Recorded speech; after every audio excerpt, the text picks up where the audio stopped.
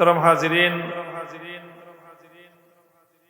আমাদের যে সকল ছাত্ররা এবছর দাওরায়ে হাদিস পড়েছে বাগনিবাড়ি মাদ্রাসা থেকে, আজকের এই অনুষ্ঠানের মধ্য দিয়ে এবং তারা সর্বশ্রেষ্ঠ হাদিস গ্রন্থ সহিহুল বুখারী শরীফের সর্বশেষ যে অধ্যায় সেটা তারা এখন পাঠ করবে।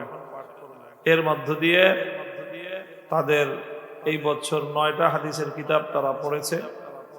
এই পড়াশোনার একটা আনুষ্ঠানিক পরিসমাপ্তি ঘটলো। এখন সামনে শুধু তাদের পরীক্ষা। এই পরীক্ষায় উত্তীর্ণ হলেই তারা পড়ালেখার একটা পর্ব সুসম্পন্ন করতে পারবে।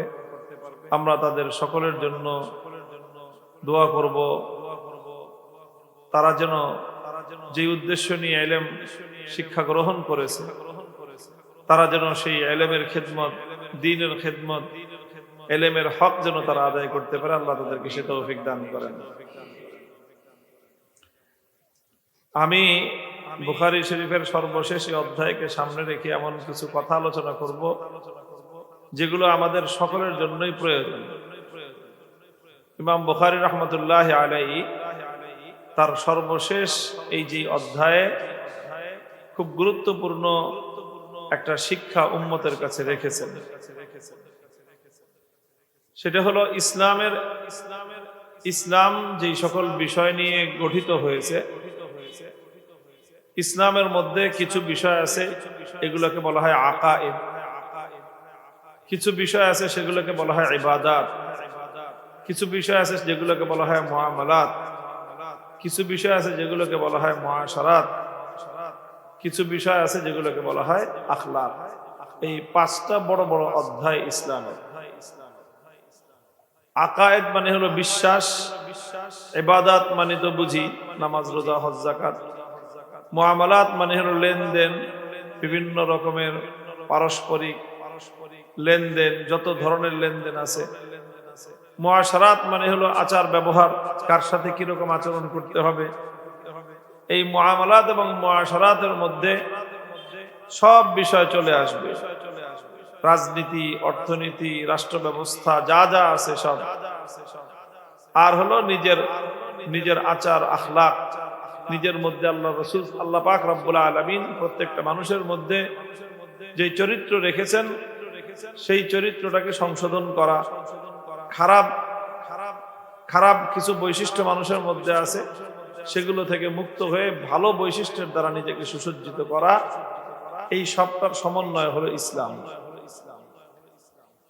তো একটা গুরুত্বপূর্ণ আকীদা এখানে সাব্যস্ত করবেন ইমাম বুখারী রাহমাতুল্লাহ আলাইহি, সেটা হলো আল ওয়াজনু হাক্কুন।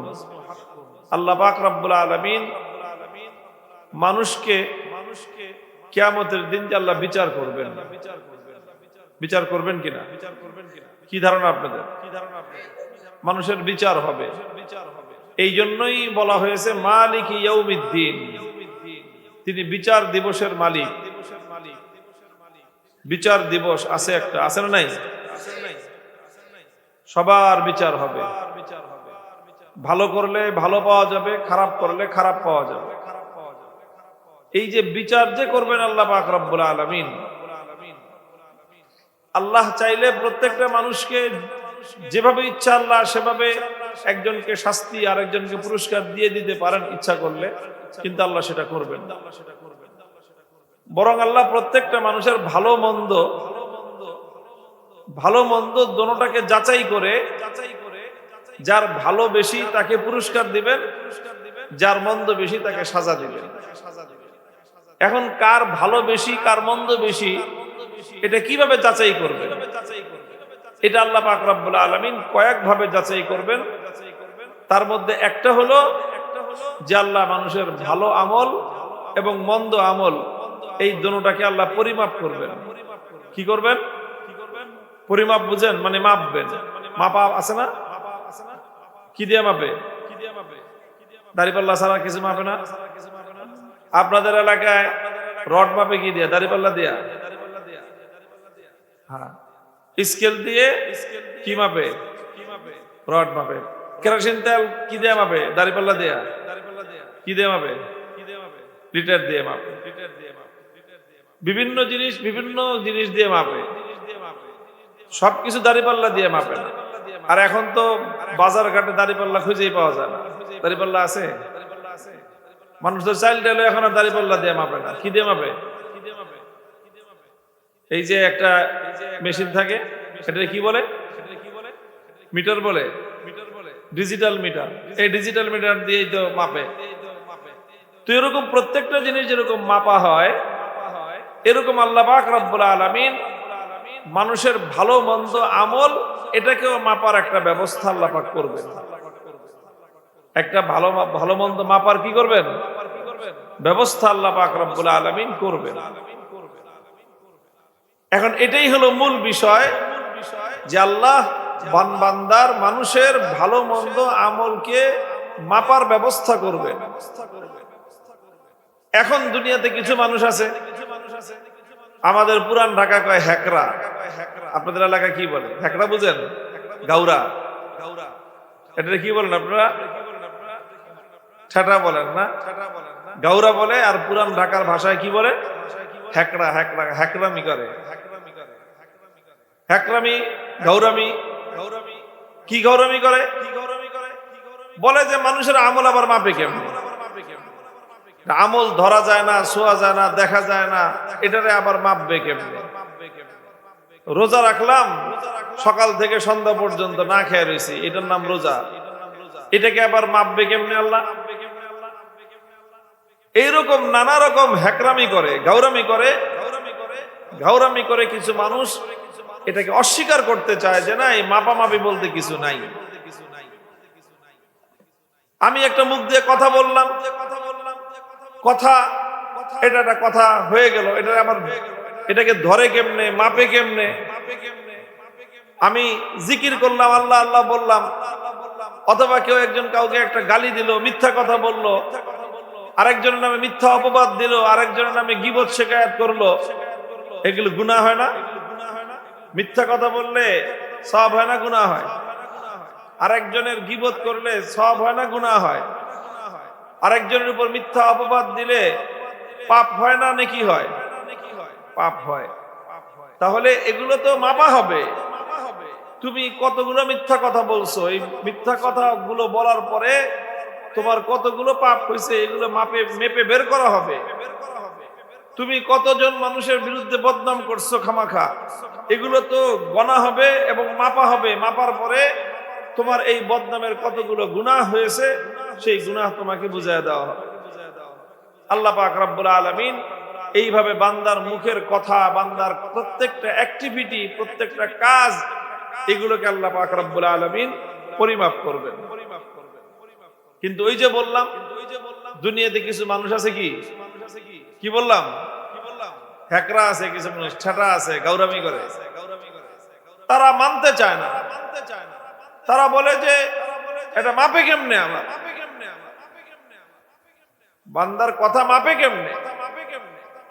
কথার মধ্যে আবার আমলের মধ্যে ওজন হয় কেমনে? কথার মধ্যে ওয়েট হয় কেমনে?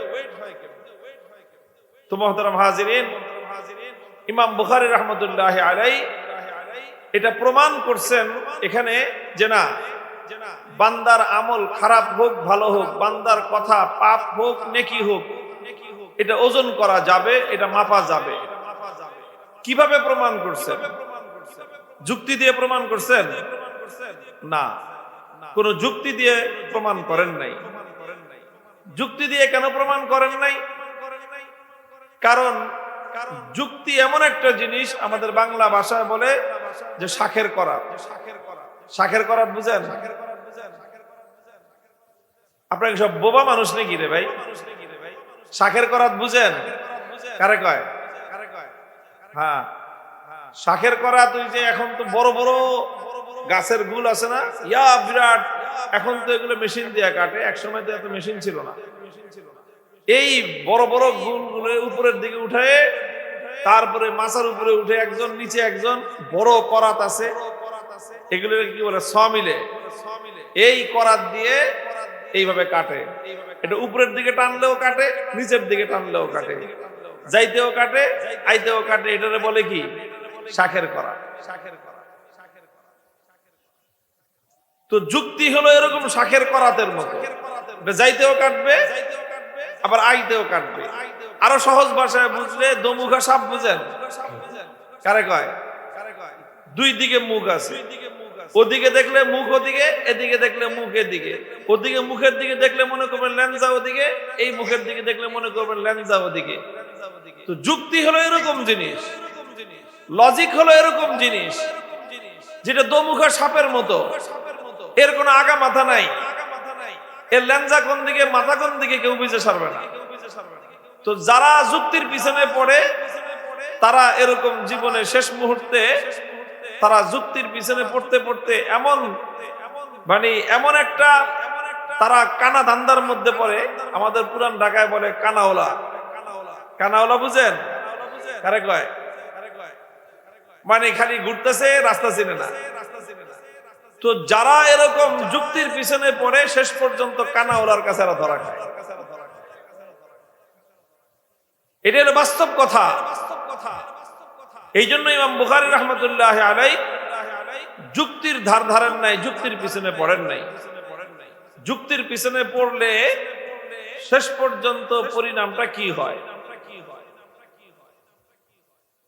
বরং যুক্তিকে বাদ দিয়ে যেই জিনিসকে অনুসরণ করতে হবে মুমিনকে, সেটা হলো কোরআন এবং হাদিস। কিসের পিছনে পড়তে হবে? কোরআন এবং হাদিসের অনুসরণ করবেন, আপনি সঠিক গন্তব্য পর্যন্ত পৌঁছতে পারবেন। কোরআন হাদিস বাদ দিয়ে যুক্তির পিছনে পড়বেন, কানাওয়ালার মতো ঘুরতে থাকবেন, বাড়ি খুঁজে পাবেন না। বাড়ির আশপাশ দিয়ে খালি ঘুরতে থাকবেন, কিন্তু বাড়ির গেট খুঁজে পাবেন। শাইখুল হাদিস রাহমাতুল্লাহি আলাইহি একটা গল্প বলতেন এই যুক্তির অসারতা প্রমাণ করার জন্য, যে এক বেটা তার পোলারে নিয়ে বাজারে যেতেছে। কি জন্য? গাধা বেচবে। কি বেচবে? গাধা বুঝেন না? এখন তো আমাদের দেশে গাধার প্রচলন নাই। গাধা এটা একটা মানুষ এই প্রাণীটাকে পালে, এটা বোঝা বহন করার কাজ দেয়, এটা বাহন। গাধা একটা হলো বাহন। তো গাধা বিক্রি করার জন্য বাড়ি থেকে বাজারের দিকে রওনা হয়েছে। গাধা যেহেতু একটা বাহন, তো সে গাধার পিঠে সওয়ার হয়ে পড়ছে, আর ছোট পোলাটা পিছে পিছে হাইটা হাইটা আসতেছে। কিছুদূর চলার পরে রাস্তায় একদল মানুষের সাথে দেখা। এরা কয়, দেখো কিরকম নির্দয় বাপ, ছোট পোলাটারে হাঁটায় নিতেছে আর বুইরা দামরা বেটা গাধার পিঠে সওয়ার হয়ে যেতেছে। লোকটা কথাটা শুনে কয়, কথাটা তো খারাপ কয় নাই, যুক্তি আছে কথার পিছনে। তো লোকটা নিজে নামলো, পোলারে গেলে তুই গাধার পিঠে সওয়ার। এখন পোলায় গাধার পিঠে আরোহণ করে যায়, বাপ পিছে পিছে হেঁটে যায়। কিছু দূর যাইতে এই 2 নম্বর আরেক দল মানুষের সাথে দেখা। এরা দেখ কিরম বেদবের বেদব পোলাটায় নিজের বাপ পিছনে হেঁটে যেতেছে, আর পোলা হইয়া গাধার পিঠে সওয়ার হয়ে যেতেছে। আর বাপটাও কিরকম পোলারে আদব কায়দা শিখায় নাই। লোকটা বললো যে কথার মধ্যে যুক্তি আছে। তো পরে কি করবে? বাপ বেটা দোনোজন গাধার পিঠে সওয়ার হয়ে গেছে। ছোট একটা গাধা, বাপ বেটা দুইজন এটার পিছে সওয়ার হয়ে যেতেছে। কিছু দূর যাওয়ার পরে 3 নম্বর গ্রুপের সাথে দেখা। দেখ রে ভাই, রে ভাই, কিরকম নির্দয় পাষণ্ড মানুষ, একটা ছোট্ট গাধা, অবলা প্রাণী, বাপ বেটা বাপ পুতে দুইজন এটার পিঠে আরোহণ করে বসছে। দয়া মায়া বলতে কিছুই নাই। লোকটা বলল কথার মধ্যে যুক্তি আছে। কি করবে? এখন বাপ বেটা দোনোজন নামছে, কারোরই সওয়ার হওয়ার দরকার নাই, চল দোনোজন হাইটা যায়, গাধাও হাইটা যায়। চলতেছে। এবার 4 নম্বর গ্রুপের সাথে দেখা। এরা তাকায় দেখা কয়, দেখ 3টা গাধা হাইটা যায়। 3টা গাধা হলো কেমনে? একটা তো অরিজিনাল গাধা, আর বাকি 2টা হলো দোপায়া গাধা। দোপায়া গাধা হলো কেমনে? কয় যে ভাই, তোমারে আল্লাহ একটা বাহন দিছে, মানে আগের যুগে গাধা যেরকম, এখন ধরে নেন একটা হোন্ডা। এটা কি আছে? Honda motorcycle. আর মোটর সাইকেলের ইঞ্জিন ঠিক আছে, তেল ঠিক আছে, সবই আছে, কিন্তু আপনি মোটর সাইকেলে চড়েন না। কি করেন? সারাদিন মোটরসাইকেল ধাক্কায় নিয়ে রাস্তা দিয়ে ঘুরে বেড়াবে, পাবলিক কি করবে? আপনাকে গাধা ছাড়া আর কিছু করবো? গাধা, তুই যদি মোটরসাইকেলে না উঠবি তো মোটরসাইকেল কিনছিস কে তুই? কথা ঠিক কিনা? তোর যেহেতু মোটরসাইকেল আছে তো তুই পায়ে হাঁটবি কেন? মোটরসাইকেলের চাক্কা ঘুরতেছে তো তুই হাঁটবি কেন? তুই মোটরসাইকেলের উপর উঠে ভয়? তোর যেহেতু গাধা আছে, হয় তুই আরোহণ কর পিঠে, না তোর পোলারে আরোহণ কর। এটা কিরকম হলো যে গাধাও হেঁটে যেতেছে, তোরাও হেঁটে যেতেছিস, তো তোরা তো গাধা না হলে হেঁটে যাবি কেন? বাপে চিন্তা করে যে কথার মধ্যে কি আছে, যুক্তি আছে। এখন তো মাথা গুলাই গেছে, কর্ম কি এখন? আরে কানাওলায় ধরছে।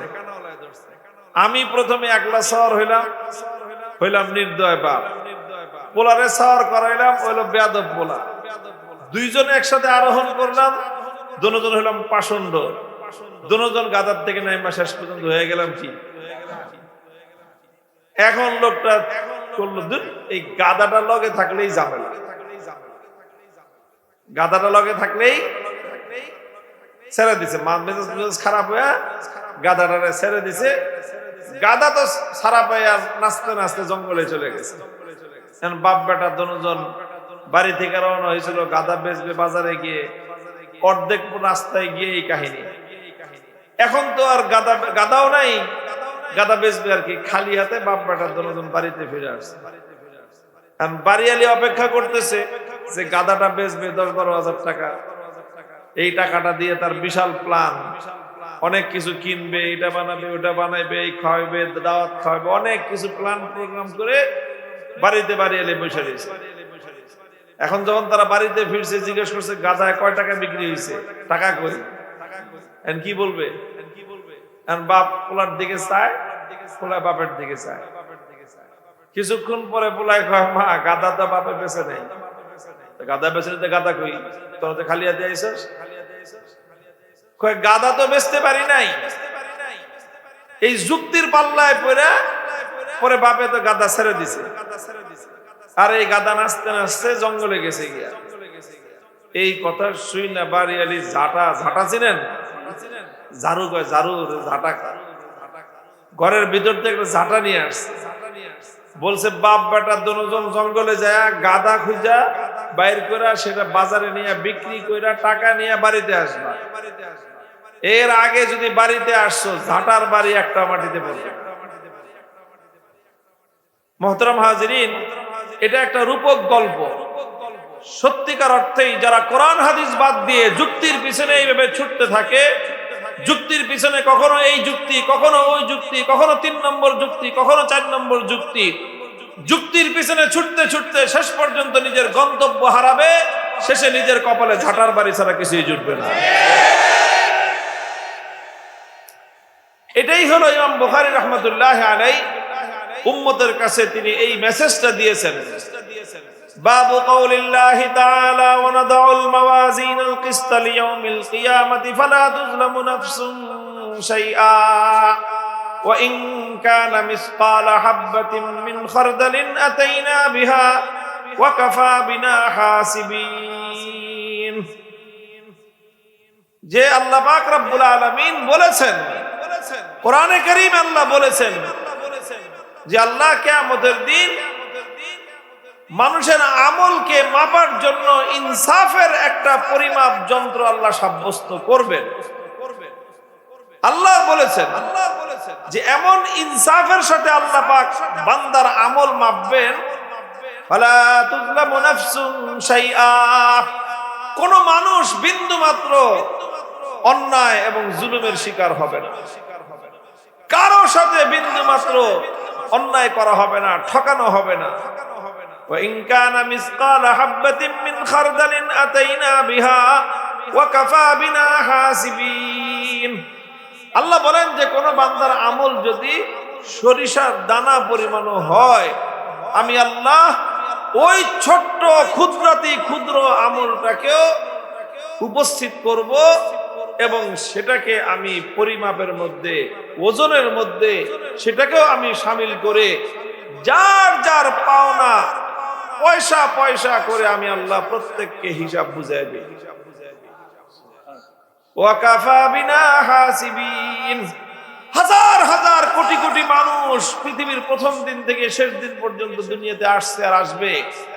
এই প্রত্যেকটা মানুষের প্রত্যেকটা ছোট বড় আমল মেপে মেপে ওজন করে করে প্রত্যেকের পাওনা তাকে বুঝা দেওয়ার জন্য এই যে বিশাল কর্মযজ্ঞ, আল্লাহ বলেন এই এত বড় কাজ করার জন্য আমার কোনো কন্ট্রাক্টরের দরকার নাই, হেল্পারের দরকার নাই, সহযোগীর দরকার নাই, আমার কারো কোনো হেল্প এবং সহযোগিতার প্রয়োজন নাই।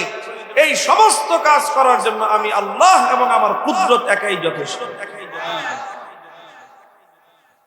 কোরআনে কারীমের দ্বারা এই কথা সাব্যস্ত হয়ে গেছে যে আল্লাহ পাক রব্বুল আলামিন বান্দার আমল ওজন করে দেখায় দিবেন। ইমাম বুখারী রাহমাতুল্লাহি আলাইহি কথাও বলেছেন, শুধু আমল না, শুধু আমল না, বান্দার মুখ থেকে যা কিছু উচ্চারণ হয়, যা কিছু কথা বের হয়, সেই কথাকেও আল্লাহ পাক কিয়ামতের দিন মাপবেন, মেপে বুঝায় দিবেন হিসাব। এখন আবার ওই যে কথা আসে যে কথা আবার মাপে কেমন, কথার মধ্যে ওজন আসলো কোত্থেকে? এখানেও আরেকটা গল্প আছে, বলবো। বাদশাহ এক বাদশাহ, তো বাদশাহ ভালো মানুষ, বাদশার দরবারে একটা মন্ত্রী আছে, এটা একেবারে শয়তান মার্কা, ইবলিস মার্কা মন্ত্রী, নাস্তিক মার্কা মন্ত্রী। বাদশাহ ভালো মানুষ, তো বাদশাহ এক আল্লাহওয়ালা বুজুর্গের মুরিদ, ওনার সাথে সম্পর্ক রাখেন এবং বুজুর্গকে খুব মহব্বত করেন, ভক্তি করেন। বাদশার গায়ে একটা ফোড়া হয়েছে, ফোড়াটা ব্যথা হইতেছে। তো বাদশাহ হুজুরকে বলছে যে হুজুর, ফোড়াটা খুব যন্ত্রণা করতেছে, আপনি একটু ঝাড়ফুঁক করে দেন। তো আল্লাহওয়ালা বুজুর্গ মানুষ, তিনি কোরআনে কারীমের সূরাতুশ শিফা পড়ছেন। সূরাতুশ শিফা চিনেন? কারে কয়? সূরাতুল ফাতিহার অপর নাম কি? সূরাতুশ শিফা। সূরাতুশ শিফা পড়ছেন, আয়াতুশ শিফা পড়ে তিনি ফু দিয়ে দিয়েছেন। যেই নাকি হুজুর ফু দিতে দেরি, ও তো নাস্তিক, তো আগে থেকে খাড়া রয়েছে যে আজকে হুজুরে ধরবো, খপ করে হুজুরে ধরছে। তো এই যে আপনারা হুজুররা, আপনারা এই দেশটার জন্য সবচেয়ে বড় সমস্যা। হুজুররাই কি দেশের বড় সমস্যা? কি কি সমস্যা হুজুররা? কই যে আপনারা বড় বড় পাঞ্জাবি গায়ে দেন, বাজারে কাপড়ের শর্ট ফেলা দিয়েছেন, আপনারা পাঞ্জাবি বড় বানায়, কাপড়ের দাম বাড়ছে, হুজুররা বলে পাঞ্জাবি গায়ে দেয়। এটার দিকে যত দোষ হুজুরের। আর কি দোষ করছি? পাঞ্জাবি তো কাপড়ের দাম বাড়াইছে, আর কি করছি? এই যে আপনি একটা কাম করলেন, ফু দিলেন একটা, এটার কোনো ভ্যালু আছে মিয়া? বিজ্ঞানের যুগ, আধুনিক যুগ, শিক্ষার যুগ, আপনি এখনো সেই কুসংস্কারের মধ্যে পড়ে আছেন। কি কুসংস্কার? দেখেন বাচ্চার এখানে হয়েছে ফোড়া, ফোড়া মানে এটার ভিতরে পুজ হয়েছে, পয়জন জমছে, এই পুজ আর পয়জন বের করতে হবে, এটা ফোড়া ভালো হয়ে যাবে। আপনি ওগুলো না করে কি করলেন? দিলেন একটা ফু। তো ফু একটা বাতাস, বাতাস তো বাতাসের সাথে মিলে গেল, বাচ্চার এই ফোড়া ভালো হবে কেমনে? যত সব এই হুজুররা আছে খালি উল্টা পাল্টা কাম আছে না? নাই কিছু মানুষ এরকম হুজুর করে দেখলেই অ্যালার্জি চুলকায় শরীরে, আর বিশেষভাবে আম করে দেখলে আরো বেশি চুলকায়। কিছু মানুষ আছে আমার নাম শুনলেই চুলকায়। যত নাস্তিক মার্কা, মুরগি চোরা, হাঁস চোরা, গরু চোরা, ছাগল চোরা যা আছে, এগুলি আমার নাম শুনলেই চুলকায়। আর আমরাও বলি চুলকাইতে চুলকাইতে সারা শরীর খামসা শেষ করে ফেলাইবি, চুলকানিও বন্ধ হবে না, আমাদের কথা বলা বন্ধ হবে না, আমাদের আন্দোলন সংগ্রাম বন্ধ হবে না ইনশাআল্লাহ।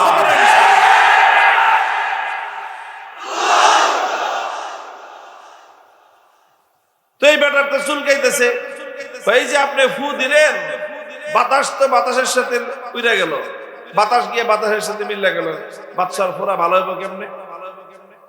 আলহামদুলিল্লাহ হুজুরও ছিলেন, জাদরেল হুজুর, হুজুর কিছু করলেন না, ও বাতাস বাতাসের সাথে মিশে গেছে না, আবার কি? হুজুর 1-2 মিনিট রেস্ট করে ধমক দিছে মন্ত্রী পুরা সব মানুষের সামনে, তুমি এটা আস্ত গাধা, গাধা জানি কথাকার, এই ধরনের কথা বলো, অযৌক্তিক কথা। এমন এক ধমক দিছে, তাও কি গাধা কয়ে গালি দিছে কারে?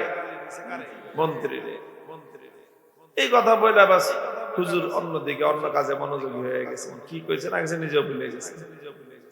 এদিক দিয়ে মন্ত্রী তো মানে রাগে ক্ষোভে যে এত বড় 2 পয়সার মোল্লা, আমি একটা মন্ত্রী মানুষ, আমাকে সমস্ত রাজদরবারে গাধা বলে গালি দিল, অপমান করলো। সে রাগে ক্ষোভে খালি ফাটতেছে, চেহারাটা লাল হয়ে গেছে, সারা শরীর তার কাঁপতে আরম্ভ করছে, রাগে ঘাম ঝরতেছে। হুজুর কিছুই মনে হয় যে দেখেই নেই। 2-4-5 মিনিট পরে হুজুর ওই মন্ত্রীর দিকে তাকায়, কি সমস্যা কি আপনার? কি হয়েছে? আবার কি কাজ জিজ্ঞাসা, মেয়ে কি হয়েছে? আপনি আমাকে, আমি এত বড় একটা জাদ্রেল মন্ত্রী মানুষ, আপনি আমাকে গাধা বলে গালি দিয়েছেন, আবার জিজ্ঞাসা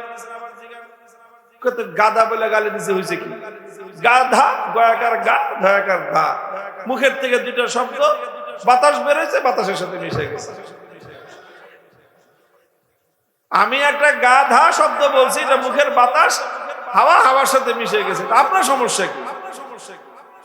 আরে মিয়া মন্ত্রী, গয়াকার গা, ধয়াকার দা, 2 শব্দের সামান্য একটা 2টা অক্ষর, এটা যদি তোমার মতো এরকম হাই এডুকেটেড জাদ্রেল একটা মন্ত্রীকে এই অবস্থা করতে পারে, তোমার সারা শরীরে কম্পন সৃষ্টি করে দিয়েছে, প্রচন্ড শীতের দিনে তোমার সারা শরীর থেকে ঘাম নিংড়ায় বের করে দিয়েছে, তোমার চেহারাটা লাল হয়ে গেছে, 2টা শব্দ যদি তোমার মতো একটা মানুষের শরীরের মধ্যে এত বড় অ্যাকশন করতে পারে, আমি এত বড় আল্লাহর কোরআনের আয়াত তেলাওয়াত করে ফু দিলাম, এটার মধ্যে বুঝি কোনো অ্যাকশন থাকতে পারে না? কথা বলেন ঠিক কিনা? তো যারা এরকম চুলকায়, যাদের এই চুলকানির মলম আছে, প্রত্যেকটা চুলকানির মলম আছে ইনশাআল্লাহ হুজুরদের কাছে। আলেম যারটা মলম দিয়ে সারে তারে আমরা মলম দিই, যারটা মলম দিয়ে সারে না, ওরে অপারেশন করতে হয়, অপারেশন করে দিই। অপারেশন করতে গেলে অনেকে আবার লাফালাফি করে, করবে কিনা? অপারেশন মানেই তো হলো ছুরি দিয়ে কাইটা আর শরীর থেকে অপারেশন করে বিষাক্ত পুষ বের করতে হবে, লাফালাফি করবে, জানি আমরা। লাফালাফি করলে আবার এটাকে থামানোর 2টা সিস্টেম আছে, একটা অ্যানেস্থেসিয়া দিয়া ওরে বেহুশ করে তারপরে অপারেশন করা, আর এটা যদি ছোটখাটো অপারেশন হয় ঠাইসা ধরে তারপরে ওরে আমরা অপারেশন করি। বুঝতে পারছেন কথা? যারা যাদের চুলকানি হয়, যাদের ইসলামের কথা শুনলে নানা ধরনের অ্যালার্জির উপদ্রব হয়, আল্লাহর কোরআনের কথা শুনলে যাদের শরীরের মধ্যে নানা রকমের রোগের প্রাদুর্ভাব তৈরি হয়, প্রত্যেকটা রোগের ঔষধ ইনশাআল্লাহ উলামায়ে উম্মতের কাছে আছে। খালি কইবেন, আমাদের খবর দিবেন, হুজুর এখানে একটা অপারেশনের রোগী আছে, দেখবেন কেমনে দইরা অপারেশন করে ভালো হলাম ইনশাআল্লাহ। আর আপনারা থাকবেন, লাফালাফি করলে খালি যাইতে ধরবেন। আছেন তো? প্রস্তুত থাকবেন তো ইনশাআল্লাহ? ইনশাআল্লাহ সময় এসেছে, শুধু ব্যক্তি নয়, গোটা সমাজ এবং রাষ্ট্রের অপারেশন করা হবে। সমাজ থেকে, রাষ্ট্র থেকে আল্লাহর কোরআন বিরোধী, ইসলাম বিদ্বেষী, নাস্তিকবাদ সকল শুদ্ধ উপড়ে ফেলা হবে ইনশাআল্লাহ।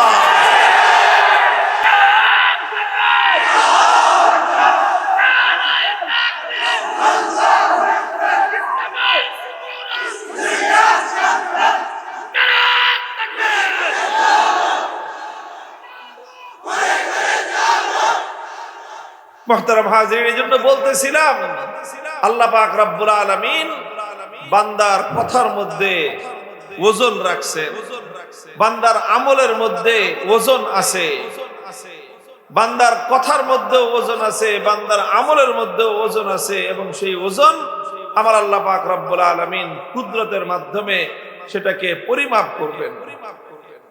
যারা নিজের ক্ষুদ্র মাথায় বুঝে আসে না বইলা, নিজের ব্রেনে ধরে না বলে যারা অস্বীকার করো, এটা তোমাদের বোকামি ছাড়া আর কিছুই না। দুনিয়ার সব মানুষ সবকিছু বুঝে না, কথা বলেন ঠিক না বেঠিক? দুনিয়ার সব মানুষ সবকিছু বুঝে এরকম কেউ আছেন বলতে পারবেন যে আমি দুনিয়ার সবকিছু বুঝি? বহু ছাত্র আছে, তার বাবার স্বপ্ন ছিল ডাক্তার বানাবে, তার বাবার স্বপ্ন ছিল ইঞ্জিনিয়ার বানাবে। ডাক্তার আর ইঞ্জিনিয়ার হইতে হলে আর্টস গ্রুপে পড়লে হওয়া যায়?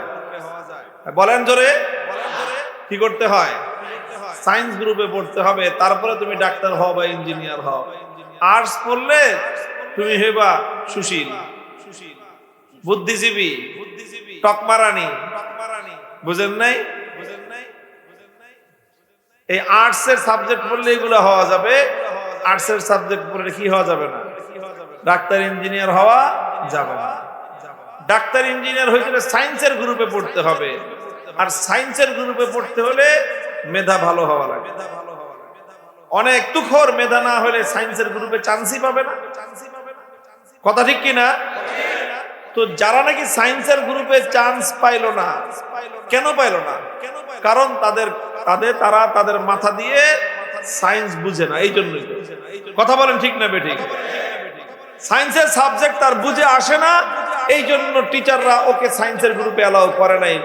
বলছে তুই আর্টস পড়, কয়েকদিন পরে পলিটিক্যাল সায়েন্স পড়বি, পলিটিক্যাল সায়েন্স পড়ে তারপরে তুই রাজনীতিবিদ হয়ে তোরা বেশি কিছু করার লাগবে না, খালি দুইটা পিস্তল চালাইতে পারলে তুই হয়ে যাবে। কথা ঠিক কিনা? তো মুহতারাম হাজিরিন, আরে এটা তো একটা সাধারণ কমন সেন্সের কথা। কমন সেন্সের কথা, দুনিয়ার সব মানুষ সবকিছু বুঝে না। তো তোমার যেটা বুঝে আসে নাই, তোমার বুঝে না আসলে তুমি সেটার বিরুদ্ধে অস্বীকার করে বসবা, এটা তো একটা বোকামি ছাড়া কিছুই না। মরহুম হযরত মাওলানা আব্দুল গাফফার সাহেব হুজুর রহমাতুল্লাহি আলাইহি, এই যে দেখছেন বুড়া মানুষ, এই নামগুলি কইলেই আব্দুল গাফফার রহমাতুল্লাহি আলাইহি, আমরা ছোটকালে ওয়াজ শুনতাম। ঢাকার আশপাশে ওয়াজ করতেন, প্রচুর মানুষ ওনার ভক্ত ছিল। তুমি এরকম বোঝাইতেন এই বিষয়টা, যারে ভাই যেটা তুমি বুঝো না দেখে সেটা অস্বীকার করবা, তুমি যেটা খুঁজে পাও না সেটা নাই, ব্যাপারটা তার এরকম। কথা বলেন ঠিক না বেঠিক? সেটা গল্প বলতেন যে এক বেটা পোলার জন্য বিয়া করাইছে। এখন সম্ভ্রান্ত পরিবার, খুব একটা ভালো নামি দামি ফ্যামিলি থেকে মাইয়া বিয়া করাইছে, সব দিক দিয়ে ঠিক আছে, কিন্তু বউটা হলো বাউন বুঝেন, খাটো। তো মানুষ যেহেতু খাটো, তার হাতটাও কি, হাত পা সবই খাটো। এখন বিয়া করা আনছে বউ বাড়িতে, এখন শাশুড়ি মায় কইছে যে মা আমার এক গ্লাস পানি দাও তো। আগে যে মাটির কলসা ছিল, তো মাটির কলস তো এরকম অনেক বেশ উঁচা, 1.5 হাত লম্বা, আর এই 52 মানুষ, এই মানুষটাই হলো 2 হাত, ওর গলা পর্যন্ত মাটির কলস। তো সেই ও এরকম গলা দিয়ে যখন নাকি মাটির কলস থেকে পানি ঢালতে গেছে, গলার হাড় খুইলা কলসের ভিতরে পড়ে গেছে। কলসের ভিতরে পড়া তো হাড় চলে গেছে কলসের তলায়। এখন তো পানি আনে না। এখন শাশুড়ি মা বিদেশ থেকে কয়, মা বৌমা পানি আনো না কে, এতক্ষণ হয়ে গেল। কয় যে আমার হাড়টা খুইলা কলসের ভিতরে পড়ে গেছে। ভালো কথা, উঠায় না। কয় আমি তো অনেকক্ষণ ধরে হাত দিয়ে খুঁজতেছি, কিন্তু এই কলসের তো কোনো তলা নেই। কলসের কি নাই? কয় কলসের তলা নাই কেন? কয় যে আমি হাত দিয়ে তো তলা খুঁজে পাই না। এখন কন, তুই হলো 2 হাত মানুষ, তোর হাতটা হলো 6 ইঞ্চি 8 ইঞ্চির হাত। এই 8 ইঞ্চি হাত দিয়ে তুই 18 ইঞ্চি কলসির তলা খুঁজে পাবি কোনদিন? তো 8 ইঞ্চি হাত দিয়ে তুই 18 ইঞ্চি কলসের তলা খুঁজে পাস না। এই জন্য যদি তুই কস যে কলসের তলা নাই, দুনিয়ার মানুষ এটা মানবে? তো তুই 8 ইঞ্চি হাত দিয়ে তো কিয়ামত পর্যন্ত 18 ইঞ্চি কলসের তলা খুঁজে পাবি না। এটা তো কলসের দোষ না, কলসের তলার দোষ না, এটা তোর 8 ইঞ্চি হাতের দোষ। দুনিয়াতে যারা আল্লাহর কোরআনের কথা যাদের বুঝে আসে না, ইসলামের কথা যাদের বুঝে আসে না, তাদের মেধা এবং তাদের বিবেক এবং তাদের বুদ্ধির দৌড় হলো 8 ইঞ্চি, কোরআন হাদিসের গভীরতা হলো 18 ইঞ্চি।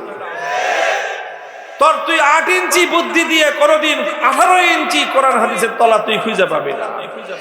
তুই তলা খুঁজে পাস না দেখে তুই যদি কস যে তলা নাই, তো এটা তো ওইরকম বেকুব মার্কা কথা হলো। কথা ঠিক কিনা? মুহতারাম হাজিরিন, এই জন্য ওজন হবে। বান্দার প্রত্যেকটা কথাকে আমার আল্লাহ পাক রব্বুল আলামিন ওজন করবেন, প্রত্যেকটা আমলকে আল্লাহ পাক ওজন করবেন। কেমনে ওজন করবেন? আরে কেমনে ওজন করবেন? যে আল্লাহ পাক রব্বুল আলামিন কুদরতের মাধ্যমে মানুষকে যেই মেধা আল্লাহ দিয়েছেন, মেধাবী মানুষ তার মেধার মাধ্যমে এত কিছু আবিষ্কার করলো।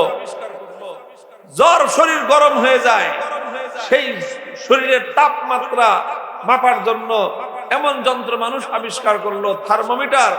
এটা 1 মিনিটের মধ্যে তোমার জ্বর পরিমাপ করে বলে দিবে তোমার শরীরের মধ্যে তাপমাত্রা 103 ডিগ্রি।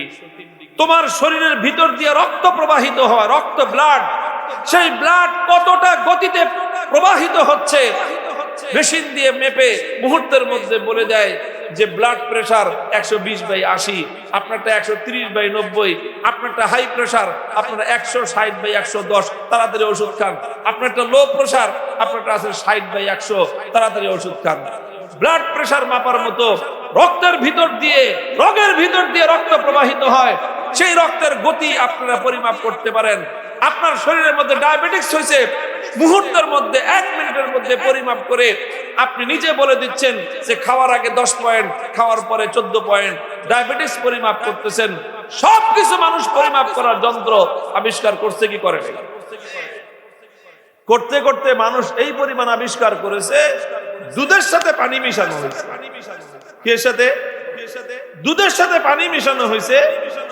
এখন এই দুধের সাথে পানি মিশানোর পর এটাকে যাচাই করার জন্য এমন মেশিন মানুষ আবিষ্কার করেছে যে সেই মেশিনটা দুধের মধ্যে দিলে মার্ক উঠে যায় যে কত পার্সেন্ট দুধ আছে আর কত পার্সেন্ট পানি আছে। তো দুধও একটা তরল জিনিস, পানিও একটা তরল জিনিস। তরলের সাথে তরল মিললো, দেখতে কালার ভিন্ন না, একই কালারের হয়ে গেছে। দুধের সাথে পানি মিশাইলে কেমন ভাবে মিশে, কালার আর ভিন্ন থাকে না, সবটাই একই কালার হয়ে যায়। মানুষ তুমি তোমার বুদ্ধির জোরে এমন যন্ত্র আবিষ্কার করলা, তরল থেকে তরলকে আলাদা করে পরিমাপ করে বলে দেয় যে দুধের পরিমাণ কতটুকু আছে, পানির পরিমাণ কতটুকু আছে। তুমি যেই মেধার দ্বারা তরল থেকে তরলকে আলাদা করে পরিমাপ করার যন্ত্র আবিষ্কার করতে পারলা, শরীরের মধ্যে রক্ত প্রবাহিত হচ্ছে, সেই রক্তের গতি পরিমাপ করবার তুমি যন্ত্র আবিষ্কার করতে পারলা। তোমার রক্তের মধ্যে সুগারের মাত্রা কতটুকু সেটা তুমি পরিমাপ করে যন্ত্র আবিষ্কার করতে পারলা। তোমার শরীরের তাপমাত্রা কতটুকু সেটা তুমি পরিমাপ করার যন্ত্র আবিষ্কার করতে পারলা। যে আল্লাহ তোমাকে এই বুদ্ধি দিলেন, এই মেধা দিলেন, সে আল্লাহ পাক রব্বুল আলামিন তোমার নেকি আর বদি কোনটা কতটুকু মাত্রা আছে পরিমাপ করে আল্লাহ পাক বের করার মতো যন্ত্র আবিষ্কার আল্লাহ করতে পারেন না? দুনিয়ার মানুষের কাছে কি মনে হয়? আল্লাহরে নিজেদের থেকে কম বুদ্ধিমান মনে হয় না? আল্লাহ পাক রব্বুল আলামিন বুঝার তৌফিক দান করেন। ইন্নাল্লাহা আলা কুল্লি শাইইন কাদির। আমার আল্লাহ পাক রব্বুল আলামিন মহান কুদরতের মালিক, মহান কুদরতের মালিক। যাই হোক বন্ধুগণ, এত কথা না, মূল কথা যে ফিরে আসি আমি আমার বয়ান শেষ দিকে। ইমাম বুখারী রাহমাতুল্লাহি আলাইহি উম্মতকে এই শিক্ষাটাই দিয়েছেন যে দেখো, যুক্তি বড় চটকদার জিনিস। দুনিয়ার দর্শন মানুষকে মোহিত করে দেয়, মুগ্ধ করে দেয়। যুক্তি দিয়ে মানুষ আলোচনা করলে মানুষ মুগ্ধ হয়ে যায়। কিন্তু মনে রেখো, যে যুক্তির পিছনে পড়ছে শেষ পর্যন্ত ধ্বংস ছাড়া তার কোনো উপায় নাই। তর্কের পিছনে পড়বা, ধ্বংস ছাড়া উপায় নাই। তুমি দর্শন শাস্ত্র দিয়ে সবকিছু বুঝতে চাইবা, ধ্বংস ছাড়া তোমার কোনো উপায় নাই। বিজ্ঞান দিয়ে তুমি যদি সবকিছু বুঝতে চাও, তোমারও ধ্বংস ছাড়া উপায় নাই। মুক্তির উপায় একটাই, মুক্তির উপায় একটাই, পরিত্রাণের উপায় একটাই। তুমি যদি মুক্তি চাও, সত্যকে যদি আবিষ্কার করতে চাও, সত্য পর্যন্ত যদি পৌঁছতে চাও, একমাত্র পথ কোরআন এবং হাদিসের অনুসরণ করা ছাড়া মুক্তি পাওয়ার ভিন্ন কোনো রাস্তা নেই। আমি দেখায় দিতে পারবো আমরা যুগে যুগে বিজ্ঞানের তথ্যের মধ্যে কত রকমের গরমিল হয়েছে। এই যে পৃথিবীটায় আমরা থাকি, এই যে পৃথিবীটাতে আমরা থাকি, এক সময় বৈজ্ঞানিকরা বলতো যে পৃথিবীটা ঘুরে না, পৃথিবীর চারপাশ দিয়ে সূর্য চন্দ্র ঘুরে। এরপরে আবার সেই থিওরি বৈজ্ঞানিকরা চেঞ্জ করছে। তারা বলছে যে না, চন্দ্র তার আপন জায়গায় থাকে, পৃথিবী তার চারপাশ, সূর্য তার আপন জায়গায় থাকে, সূর্যের চারপাশ দিয়ে পৃথিবীটা ঘুরে। একবার কয় পৃথিবী ঘুরে, এরপরে আবার আরেক দল বিজ্ঞানী বলে সূর্য ঘুরে, এরপরে এখন এসে বলে চন্দ্র ঘুরে, সূর্য ঘুরে, পৃথিবীও ঘুরে, সবাই ঘুরে। বিজ্ঞানের থিওরি একটার পরে একটা পরিবর্তন হতে থাকে, কিন্তু আল্লাহর কোরআন 1400 বছর আগে যা বলেছে আজও তাই বলছে। 1400 বছর পরে একই বলবে। 14,000 বছর যদি দুনিয়া টিকে থাকে, আল্লাহর কোরআন যা বলেছে, আল্লাহর নবী যা বলেছেন, বিন্দু বিসর্গের পরিবর্তন করতে হবে। এটাই চূড়ান্ত সত্যের মানদণ্ড। কোরআনের সাথে যেই কথা মিলে যাবে সেই কথা সত্য, কোরআনের সাথে যেই কথা মিলবে না সেই কথা মিথ্যা, অবাস্তব কথা। এই জন্য ইমাম বুখারী রাহমাতুল্লাহি আলাইহি উম্মতকে এই শিক্ষাটাই দিয়েছেন যে উম্মত গতি যদি সঠিক রাখতে চাও, গন্তব্য যদি সঠিক পর্যন্ত পৌঁছতে চাও, জীবনকে যদি সত্যের গন্তব্য পর্যন্ত পৌঁছাইতে চাও, দুই জিনিসের উপর নির্ভর করবা। কয়টা? তারাকতু ফীকুম আমরাইন লান তাদিল্লু মা তামাসসাকতুম বিহিমা কিতাবাল্লাহি ওয়া সুন্নাত রাসূলিহি। যেটা আল্লাহর পয়গম্বর বিশ্ব নবী মুহাম্মদ আরবি সাল্লাল্লাহু আলাইহি ওয়াসাল্লাম জীবন সায়ান্নে বলে গিয়েছেন, আমার উম্মতরে আমি তোমাদের কাছে দুটি জিনিস রেখে গেলাম, যতদিন পর্যন্ত এই দুই জিনিসকে তোমরা মজবুতভাবে আঁকড়ে ধরে থাকবা, ততদিন পর্যন্ত পৃথিবীর কোন শক্তি তোমাদেরকে পথভ্রষ্ট করতে পারবে না। এক নম্বর হলো আল্লাহর কিতাব কোরআনুল কারীম, দুই নম্বর হলো আমার সুন্নাত হাদিসে রাসূল। এই জন্য ইমাম বুখারী রাহমাতুল্লাহি আলাইহি এই বিষয়টা সাব্যস্ত করার জন্য প্রথমে কোরআনের আয়াত এনেছেন, এরপরে দুই নম্বর দলিল এনেছেন আল্লাহর নবীর হাদিস।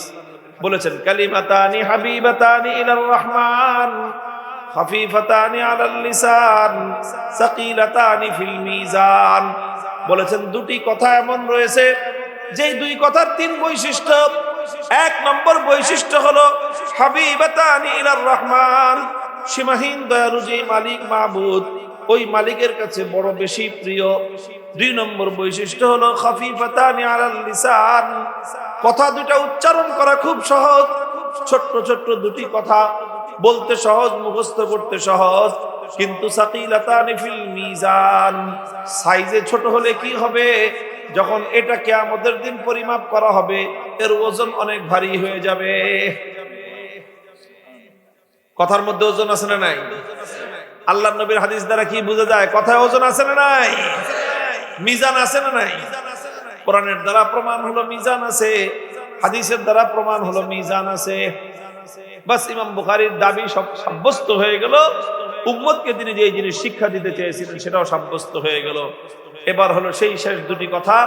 একটা কথা হলো সুবহানাল্লাহি ওয়া বিহামদিহি, পড়েন সুবহানাল্লাহি ওয়া বিহামদিহি। দুই নম্বর কথা হলো সুবহানাল্লাহিল আযীম।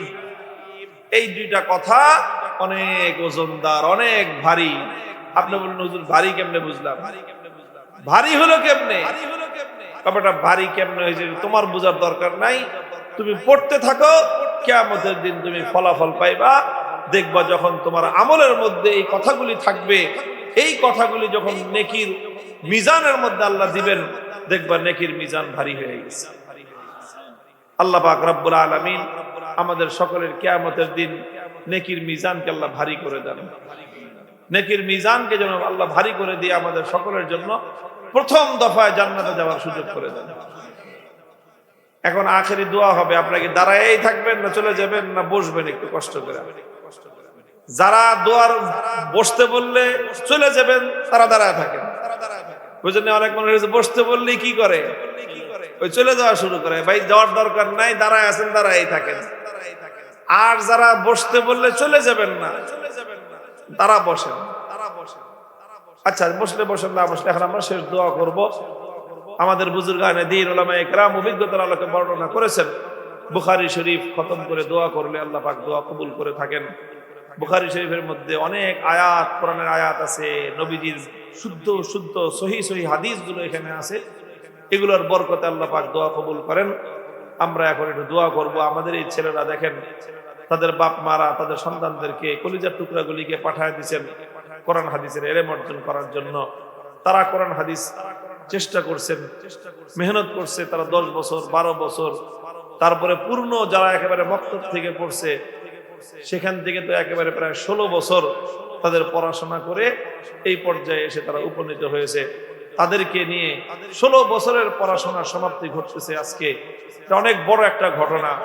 এই সকল ছেলেদের জন্য, বাচ্চাদের জন্য আমরা দোয়া করব, আল্লাহ যেন এদেরকে, এদের পিতা মাতার চোখের শীতলতা, অন্তরে প্রশান্তি বানায় দেন। সুবহানাল্লাহি ওয়া বিহামদিহি, সুবহানাল্লাহিল আযীম, সুবহানাল্লাহি ওয়া বিহামদিহি, সুবহানাল্লাহিল আযীম, সুবহানাল্লাহি ওয়া বিহামদিহি আদদা খালকিহি ওয়া রিদা নাফসিহি ওয়া জিনাতা আরশিহি ওয়া মিদাদা কালিমাতিহি। আল্লাহুম্মা সাল্লি আলা মুহাম্মাদ ওয়া আলা আলি মুহাম্মাদ কামা সাল্লাইতা আলা ইব্রাহিম ওয়া আলা আলি ইব্রাহিম ইন্নাকা হামিদুম মাজিদ। ইয়া হাইয়্যু ইয়া কাইয়্যুম বিরহমাতিকা নাস্তাগীস আসলিহ লানা শা'রানা কুল্লাহ ওয়া লা তাকিলনা ইলা আনফুসিনা তারফাতা আইন। আল্লাহুম্মা ইন্না নাসআলুকা ফি'লাল খায়রাত ওয়া তারকাল মুনকারাত ওয়া হুব্বাল মাসাকিন ওয়া আন তাগফির লানা ওয়া তারহামানা আজমাইন। ইলাহাল আলামিন, রাব্বাল আলামিন, পবিত্র বুখারী শরীফ খতমের পরে আয় আল্লাহ এই সকল তালিবুল ইলম ভাইদেরকে নিয়ে, আয় আল্লাহ তাদের আসাতিজাদেরকে নিয়ে, শিক্ষকদেরকে নিয়ে, মুহাদ্দিসিনদেরকে নিয়ে, উলামায়ে কেরামকে নিয়ে, আয় আল্লাহ অনেক বেগুনাহ মাসুম বাচ্চাদেরকে নিয়ে, অনেক সাদা দাড়িওয়ালা বুড়া মানুষ, আয় আল্লাহ অনেক তাহাজ্জুদ গুজার তোমার নেক বান্দাদেরকে নিয়ে, আয় আল্লাহ আমরা তোমার গুনাহগার বান্দারা তোমার শাহী দরবারে ভিক্ষার হাত তুলে ধরেছি মাবুদ। আয় আল্লাহ আমাদের এই হাতগুলোকে তুমি কবুল আর মঞ্জুর করে নাও। আয় আল্লাহ আমাদের জিন্দেগীর সমস্ত গুনাহ খাতা তুমি মাফ করে দাও। ইলাহাল আলামিন, রাব্বাল আলামিন, আয় আল্লাহ আমাদের এই সকল ছেলেরা, এই সকল বাচ্চারা, আল্লাহ তাদের অভিভাবক বাবারা, মায়েরা, কলিজার টুকরা সন্তানগুলোকে আয় আল্লাহ ইলমের পথে উৎসর্গ করেছেন, দ্বীন শিখার জন্য তাদেরকে পাঠিয়ে দিয়েছেন। আয় আল্লাহ কতটুকু তারা ইলম অর্জন করতে পেরেছে, কতটুকু আমরা তাদেরকে শিক্ষা দিতে পেরেছি, আল্লাহ আয় আল্লাহ আমাদের ব্যর্থতাকে আপনি মাফ করে দিন। ইলাহাল আলামিন, তাদের পিতামাতার অন্তরের আয় আল্লাহ ইখলাসের বরকতে তাদের সকলকে আপনি আপনার পক্ষ থেকে ইলমে লাদুন্নী নসিব ফরমান। আয় আল্লাহ তাদেরকে উপকারী ইলম দান করেন। আয় আল্লাহ তাদেরকে আপনি উপকারী ইলম দান করেন। আয় আল্লাহ ইলম মোতাবেক আমল করার তৌফিক দান করেন। আয় আল্লাহ তাদেরকে তাদের পিতামাতা অভিভাবকের জন্য দুনিয়াতে অন্তরের শীতলতা, আখিরাতে চোখের শীতলতা বানিয়ে দিন। ইলাহাল আলামিন, রাব্বুল আলামিন, এই মাদ্রাসাকে আপনি কবুল ফরমান। তালিম, তারবিয়ত, তামির, মালিয়াত সব দিক থেকে আল্লাহ তারাক্কি এবং উন্নতি দান করুন। আয় আল্লাহ মাদ্রাসাকে উসিলা করে এলাকার উপর খাস রহমত নাজিল ফরমান। আল্লাহ আয় আল্লাহ মাদ্রাসা প্রথম দিন থেকে আজ পর্যন্ত যারা এখানে সহযোগিতা করেছেন, মাদ্রাসার জায়গা জমি দিয়েছেন, বিল্ডিং ইমারত নির্মাণ করে দিয়েছেন, আয় আল্লাহ যারা বিভিন্নভাবে সাহায্য সহযোগিতা করেছেন, তাদের মধ্যে দুনিয়া থেকে যারা বিদায় গ্রহণ করে কবর জগতের বাসিন্দা হয়ে গেছে, মালিক তাদের কবরগুলোকে জান্নাতের বাগান বানিয়ে দিন। আয় আল্লাহ যারা হায়াতে আছে তাদের সকলকে সুস্থতার সাথে নেক হায়াত দান করুন, বেশি বেশি নেক আমল করার তৌফিক এনায়েত ফরমান।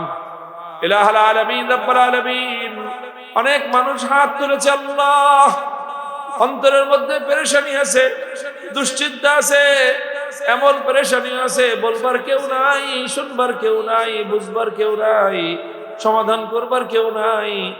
মালিক ওই পেরেশানি নিয়ে আমরা আপনার দরবারে হাত তুলেছি গো আল্লাহ। আল্লাহ দুনিয়ার সব পেরেশানি মুহূর্তের মধ্যে আপনি আসান করে দিতে পারেন। আল্লাহ আপনার কারো সহযোগিতা লাগে না, কারো মুখাপেক্ষী না, আপনি